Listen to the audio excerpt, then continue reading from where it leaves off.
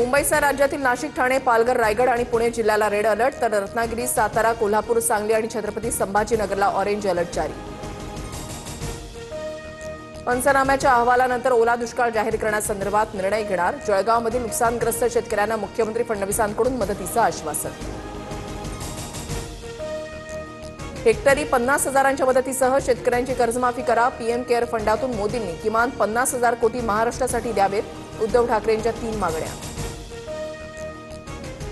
2029 पर्यंत मी राज्यातच काम करावं अशी पक्षाची इच्छा। पुढील काही वर्षांसाठी विकासाच्या योजना केंद्राला दिल्या। पत्रकारांसोबतच्या गप्पांच्या वेळेला मुख्यमंत्री फडणवीसांचं वक्तव्य। 8 दिवस कुठे होता? सोलापूरच्या उंदर गावातील ग्रामस्थांचा सदाभाऊ खोतांना संतप्त सवाल। ग्रामस्थांच्या रोषानंतर खोतांनी काढता पाय घेतला। बीड जिल्ह्यामध्ये पावसाला पुन्हा सुरुवात। बीडला अतिवृष्टीचा मोठा फटका। बीड जिल्ह्याला येलो अलर्ट। शेतकऱ्यांची चिंता वाढली। धाराशिवच्या परंडामधील खैरी नदीला पूर। पाथरूड परिसरातही जोरदार पाऊस। रस्ता वाहतुकीसाठी बंद। ईट आणि पाथरूड गावचा संपर्क तुटला। धाराशिवमधील तुळजापूर मंदिर संस्थानकडून मुख्यमंत्री सहायता निधीसाठी 1 कोटींची मदत। पूरग्रस्त भागातील महिलांना जिल्हाधिकारी कार्यालयामार्फत साड्यांचंही वाटप करणार।